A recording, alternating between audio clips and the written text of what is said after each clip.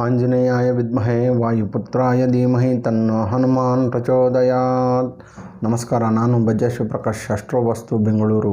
ಯಾರು first time ನನ್ನ video ನೋಡ್ತಾ ಇದ್ದೀರಾ, ಬೆಲ್ಲೈಕನ್ ಹಿಟ್ ಮಾಡಿ ನೋಟಿಫಿಕೇಷನ್ ಎನೇಬಲ್ ಮಾಡ್ಕೊಳ್ಳಿ. ನಾನು ಯಾವುದೇ ಒಂದು ಹೊಸ ವಿಡಿಯೋ ಮಾಡಿದ ತಕ್ಷಣ ನಿಮಗೆ ನೋಟಿಫಿಕೇಷನ್ ಬರುತ್ತೆ.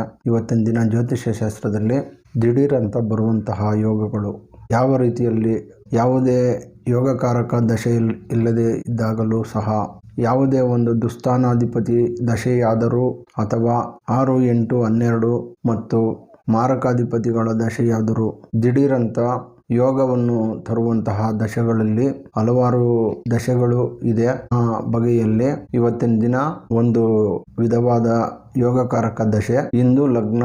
ಈ ಲಗ್ನದಲ್ಲಿ ಇರುವಂತಹ ಗ್ರಹಗಳು ಒಳ್ಳೆಯ ಯೋಗವನ್ನು ಕೊಡುತ್ತದೆ. ಈ ಹಿಂದೂ ಲಗ್ನ ಇದು ಚಂದ್ರನಿಂದ ಹಿಂದೂ ಲಗ್ನ ಏರ್ಪಡುತ್ತದೆ. ಯಾವುದೇ ಯೋಗಕಾರಕ ದಶೆಗಳು ಪುಷ್ಕರ ನವಾಂಶದಲ್ಲಿರುವ ಗ್ರಹಗಳು ಸಹ ಯೋಗವನ್ನು ಕೊಡುವಂತೆ ಈ ಹಿಂದೂ ಲಗ್ನದಲ್ಲಿರುವ ಗ್ರಹಗಳು ಉತ್ತಮ ಯೋಗವನ್ನು ಕೊಡುತ್ತವೆ. ಹಿಂದೂ ಲಗ್ನ ಹೇಗೆ ತಿಳಿಯಬೇಕೆಂದರೆ, ಚಂದ್ರನಿಂದ ಉಂಟಾಗುವುದರಿಂದ ಇದು ನಮ್ಮ ಋಷಿಗಳು ಈ ಗ್ರಹಗಳಿಗೆ, ಸಪ್ತಗ್ರಹಗಳಿಗೆ, ಹಿಂದೂ ಲಗ್ನದಲ್ಲಿ ರಾಹುಕೇತುಗಳಿಗೆ ಯಾವುದೇ ಮನೆಯ ಆಧಿಪತ್ಯ ಇಲ್ಲದಿರುವುದರಿಂದ ಇಲ್ಲಿ ರಾಹುಕೇತುಗಳಿಗೆ ಸಂಬಂಧವಿಲ್ಲ. ಆದರೆ ಈ ಸಪ್ತಗ್ರಹಗಳು ಕಲೆಗಳನ್ನು ಕೊಟ್ಟಿದ್ದಾರೆ. ಆ ಪಾಯಿಂಟ್ಸ್ ತೆಗೆದುಕೊಂಡು ನಾವು ಹಿಂದೂ ಲಗ್ನವನ್ನು ಕಂಡುಹಿಡಿಯಬಹುದು. ಈ ಹಿಂದೂ ಲಗ್ನದಲ್ಲಿರುವ ಗ್ರಹಗಳು ಉತ್ತಮ ರಾಜಯೋಗವನ್ನು, ಹಿಂದೂ ಲಗ್ನದಲ್ಲಿರುವ ಗ್ರಹವನ್ನು ವೀಕ್ಷಿಸುತ್ತಿರುವ ಗ್ರಹಗಳು ಹಿಂದೂ ಲಗ್ನದಿಂದ ಒಂದು ಲಗ್ನದಲ್ಲಿ 5, 9ನೇ ಸ್ಥಾನದಲ್ಲಿರುವ ಗ್ರಹಗಳು, ಲಗ್ನದಲ್ಲಿರುವ ಗ್ರಹವನ್ನು ವೀಕ್ಷಿಸುತ್ತಿರುವ ಗ್ರಹಗಳು ಹಿಂದೂ ಲಗ್ನದಿಂದ ಒಂದು ಲಗ್ನದಲ್ಲಿ 5, 9ನೇ ಸ್ಥಾನದಲ್ಲಿರುವ ಗ್ರಹಗಳು ಉತ್ತಮ ಯೋಗವನ್ನು ಕೊಡುತ್ತವೆ. ಹಾಗೂ ಹಿಂದೂ ಲಗ್ನದಿಂದ 4, 7, 10ನೇ ಸ್ಥಾನದಲ್ಲಿರುವ ಗ್ರಹಗಳು ಸಹ ಉತ್ತಮ ಯೋಗವನ್ನು ಕೊಡುತ್ತದೆ. ಹಿಂದೂ ಲಗ್ನದಲ್ಲಿ ಯಾವುದೇ ಗ್ರಹವಿಲ್ಲದೆ ಇದ್ದಾಗಲೂ ಸಹ ಅಧಿಪತಿ 50% ಉತ್ತಮ ಯೋಗವನ್ನು ಹಿಂದೂ ಲಗ್ನದ ಅಧಿಪತಿ ಕೊಡುತ್ತಾನೆ. ಹಿಂದೂ ಲಗ್ನದಲ್ಲಿ ಯಾವುದೇ ಗ್ರಹವಿಲ್ಲ. ಇದನ್ನು ಹೇಗೆ ತಿಳಿದುಕೊಳ್ಳುವುದು ಎಂದರೆ, ಅಧಿಪತಿ ಎಲ್ಲೇ ಇದ್ದರೂ 50% ಉತ್ತಮ ಫಲಗಳನ್ನು, ಯೋಗಗಳನ್ನು ಕೊಡುತ್ತಾನೆ. ಮೊದಲಿಗೆ ಹಿಂದೂ ಲಗ್ನ ಹೇಗೆ ಕಂಡುಹಿಡಿಯುವುದು ಎಂದು ತಿಳಿಯೋಣ.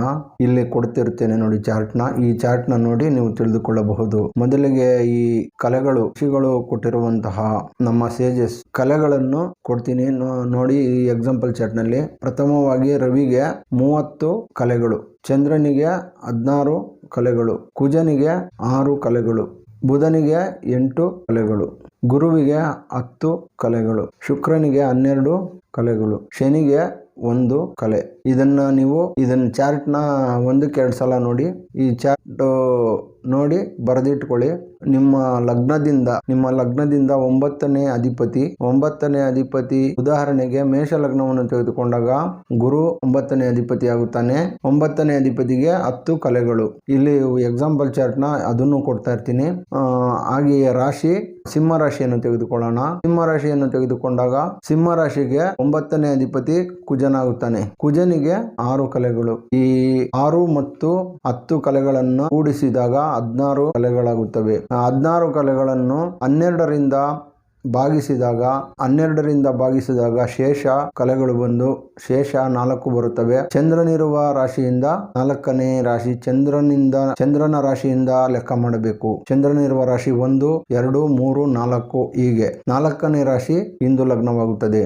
ಆಗಿಲ್ಲದೆ 12ಕ್ಕಿಂತ ಕಡಿಮೆ ಬಂದಾಗ ಆಗ ಚಂದ್ರನ ರಾಶಿಯಿಂದ ಯಾವ ರಾಶಿ ಬರುತ್ತದೋ ಅದೇ ಹಿಂದೂ ಲಗ್ನ. ಉದಾಹರಣೆಗೆ ಮೇಷರಾಶಿಯಲ್ಲಿ ಚಂದ್ರನಿದ್ದಾನೆ ಎಂದು ತಿಳಿದುಕೊಳ್ಳೋಣ. 11 ಕಲೆಗಳು ಬಂದಾಗ ಮೇಷರಾಶಿಯಿಂದ ನಾವು ಲೆಕ್ಕ ಮಾಡಿದಾಗ 11ನೇ ಸ್ಥಾನ ಕುಂಭರಾಶಿಯಾಗುತ್ತದೆ. ಕುಂಭರಾಶಿ ಹಿಂದೂ ಲಗ್ನವಾಗುತ್ತದೆ. ಹೀಗೆ ಹೆಚ್ಚಾಗಿ ಬಂದಾಗ ನಾವು ಅದನ್ನು ಭಾಗಿಸಿ 12ರಿಂದ ಬರುವ ಶೇಷ ಹಿಂದೂ ಲಗ್ನ. ಹೀಗೆ ನಾನು ಎಕ್ಸಾಂಪಲ್ ಚಾರ್ಟ್ನ ಕೊಡ್ತಾ ಇರ್ತೀನಿ ನೋಡಿ. ನಿಮ್ಮ ಜಾತಕಗಳಲ್ಲಿ ನೀವು ಜಾತಕವನ್ನು ಹತ್ತಿರ ಇಟ್ಟು ಪರಿಶೀಲನೆ ಮಾಡಿಕೊಳ್ಳಿ. ಹಿಂದೂ ಲಗ್ನದಲ್ಲಿ ಇರುವ ಗ್ರಹಗಳು, ಹಿಂದೂ ಲಗ್ನದಿಂದ ಇರುವ ಗ್ರಹ ಅಧಿಪತಿ ಹಿಂದೂ ಲಗ್ನ ಆ ಅಧಿಪತಿ ಹಿಂದೂ ಲಗ್ನದಲ್ಲೇ ಇದ್ದರೆ ಇನ್ನೂ ಉತ್ತಮ. ಅದು ವೀಕ್ಷಿಸುತ್ತಿರುವ ಹಿಂದೂ ಲಗ್ನದಲ್ಲಿರುವ ಗ್ರಹ ವೀಕ್ಷಿಸುತ್ತಿರುವ ಗ್ರಹವೂ ಸಹ ಉತ್ತಮ ಯೋಗ ಕೊಡುತ್ತದೆ.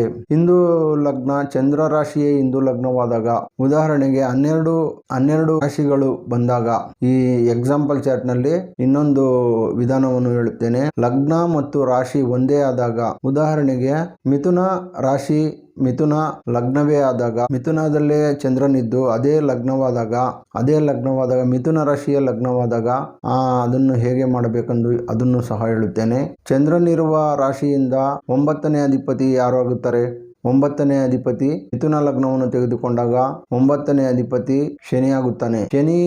ಶನಿಗೆ ಇರುವ ಕಲೆಗಳು ಒಂದು ಹಾಗೆಯೇ ಲಗ್ನದಿಂದ ಒಂದನ್ನು ತೆಗೆದುಕೊಳ್ಳಬೇಕು, ರಾಶಿಯಿಂದ ಒಂದನ್ನು ತೆಗೆದುಕೊಳ್ಳಬೇಕು. 2 ಬಾರಿ ನೀವು ಒಂದನ್ನು ಕೂಡಿ ಎರಡು ಕೂಡಿ 2 ಬರುತ್ತದೆ ಕಲೆಗಳು. ಲಗ್ನ ಒಂದು ಭಾಗವನ್ನು ತೆಗೆದುಕೊಂಡು ರಾಶಿಯಿಂದ 2 ಬಾರಿ ತೆಗೆದುಕೊಂಡು ಆ 2 ಅಂಕಿಗಳನ್ನು ಕೂಡಿದಾಗ ಬರುವ ಮೊತ್ತವನ್ನು 12ಕ್ಕಿಂತ ಕಡಿಮೆ ಬಂದಾಗ ಅಲ್ಲಿಂದನೇ ಲೆಕ್ಕ ಹಾಕಿ ನೀವು ಹಿಂದೂ ಲಗ್ನವನ್ನು ಕಂಡುಹಿಡಿಯಬಹುದು. ಈಗ ನಾನು ಮಿಥುನ ಲಗ್ನ ಹೇಳಿದ ಹಾಗೆ ಶನಿಯೇ 9ನೇ ಅಧಿಪತಿ, ಲಗ್ನದಿಂದ ಲೆಕ್ಕ ಹಾಕಿದರು, ರಾಶಿಯಿಂದ ಲೆಕ್ಕ ಹಾಕಿದರು ಶನಿಯೇ ಅಧಿಪತಿ ಆಗುತ್ತಾನೆ. ಹೀಗೆ ಕೂಡಿದಾಗ 2 ಬರುತ್ತದೆ. ಮಿಥುನ ಲಗ್ನ 1 ಕಟಕ 2ನೇ ರಾಶಿ ಆಗುತ್ತದೆ. ಹೀಗೆ ಕಟಕ ರಾಶಿ ಹಿಂದೂ ಲಗ್ನವಾಗುತ್ತದೆ.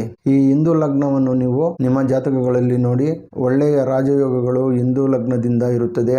ಹಿಂದೂ ಲಗ್ನದಲ್ಲಿ ಯಾವುದಾದ್ರೂ ಗ್ರಹವಿದ್ದಲ್ಲಿ ಆ ಗ್ರಹದ ದಶೆ ಉತ್ತಮ ಯೋಗಗಳನ್ನು ಕೊಡುತ್ತದೆ. ಹಿಂದೂ ಲಗ್ನದಲ್ಲಿ ಯಾವುದೇ ಗ್ರಹವಿಲ್ಲದಿದ್ದರೂ ಆ ಲಗ್ನಾಧಿಪತಿ ಸ್ಥಿತವಾಗಿರುವ ಆ ದಶೆಯಲ್ಲೂ 50% ಉತ್ತಮ ಫಲಗಳನ್ನು ಹಿಂದೂ ಲಗ್ನಾಧಿಪತಿ ಕೊಡುತ್ತಾನೆ. ಹಿಂದೂ ಲಗ್ನಾಧಿಪತಿ ಆತ್ಮಕಾರಕ ಗ್ರಹ ಅಥವಾ ಆತ್ಮಕಾರಕ ಗ್ರಹ ಹಿಂದೂ ಲಗ್ನದಲ್ಲೇ ಇದ್ದಾಗ ಇನ್ನೂ ಹೆಚ್ಚಿನ ಫಲವನ್ನು ಕೊಡುತ್ತದೆ. ಹಾಗಿಲ್ಲದೆ ನವಾಂಶದಲ್ಲಿಯೂ ಸಹ ಕಾರಕಾಂಶ ಲಗ್ನವೇ ಹಿಂದೂ ಲಗ್ನವಾದಾಗ ಆಗಲೂ ಸಹ ಉತ್ತಮ ಫಲಗಳನ್ನು ಕೊಡುತ್ತವೆ. ಈ ಒಂದು ಜಾತಕದಲ್ಲಿ ಯಾವುದೋ ಒಂದು ಪಾಪಗ್ರಹದ ದುಸ್ಥಾನಾಧಿಪತಿಯ ದಶ ನಡೆಯುತ್ತಿದ್ದಲ್ಲಿ ಉತ್ತಮ ಯೋಗಗಳು ಕೊಡುತ್ತಿವೆ ಎಂದರೆ ಸ್ಥಿತವಾಗಿರುವ ಆ ದಶೆಯಲ್ಲೂ 50% ಉತ್ತಮ ಫಲಗಳನ್ನು ಹಿಂದೂ ಲಗ್ನಾಧಿಪತಿ ಕೊಡುತ್ತಾನೆ. ಹಿಂದೂ ಲಗ್ನಾಧಿಪತಿ ಆತ್ಮಕಾರಕ ಗ್ರಹ ಅಥವಾ ಆತ್ಮಕಾರಕ ಗ್ರಹ ಹಿಂದೂ ಲಗ್ನದಲ್ಲೇ ಇದ್ದಾಗ ಇನ್ನೂ ಹೆಚ್ಚಿನ ಫಲವನ್ನು ಕೊಡುತ್ತದೆ. ಹಾಗಿಲ್ಲದೆ ನವಾಂಶದಲ್ಲಿಯೂ ಸಹ ಕಾರಕಾಂಶ ಲಗ್ನವೇ ಹಿಂದೂ ಲಗ್ನವಾದಾಗ ಆಗಲೂ ಸಹ ಉತ್ತಮ ಫಲಗಳನ್ನು ಕೊಡುತ್ತವೆ. ಈ ಒಂದು ಜಾತಕದಲ್ಲಿ ಯಾವುದೋ ಒಂದು ಪಾಪಗ್ರಹದ ದುಸ್ಥಾನಾಧಿಪತಿಯ ದಶ ನಡೆಯುತ್ತಿದ್ದಲ್ಲಿ ಉತ್ತಮ ಯೋಗಗಳು ಕೊಡುತ್ತಿವೆ ಎಂದರೆ ದುಸ್ಥಾನಾಧಿಪತಿಗಳ ದಶೆಯಾದರೂ ಸಹ ಈ ಹಿಂದೂ ಲಗ್ನದಲ್ಲಿ ಇರುವಂತಹ ಗ್ರಹಗಳು ಒಳ್ಳೆಯ ಫಲಗಳನ್ನೇ ಕೊಡುತ್ತದೆ. ಇನ್ನು ಹೆಚ್ಚಿನ ಮಾಹಿತಿಗಾಗಿ ಮುಂದಿನ ವಿಡಿಯೋಗಳಲ್ಲಿ ನಿಮಗೆ ಏನಾದರೂ ಪ್ರಶ್ನೆಗಳು ಸಂದೇಹಗಳಿದ್ದಲ್ಲಿ ನನಗೆ ಕಾಮೆಂಟ್ಸ್ ಮಾಡಿ, ನಾನು ನಿಮ್ಮ ಕಾಮೆಂಟ್ಸ್ಗಳಿಗೆ ಉತ್ತರಿಸುತ್ತೇನೆ. ನಮಸ್ಕಾರ. ಬಜ್ಜಾ ಶಿವಪ್ರಕಾಶ್, ಅಸ್ಟ್ರೋ ವಾಸ್ತು, ಬೆಂಗಳೂರು.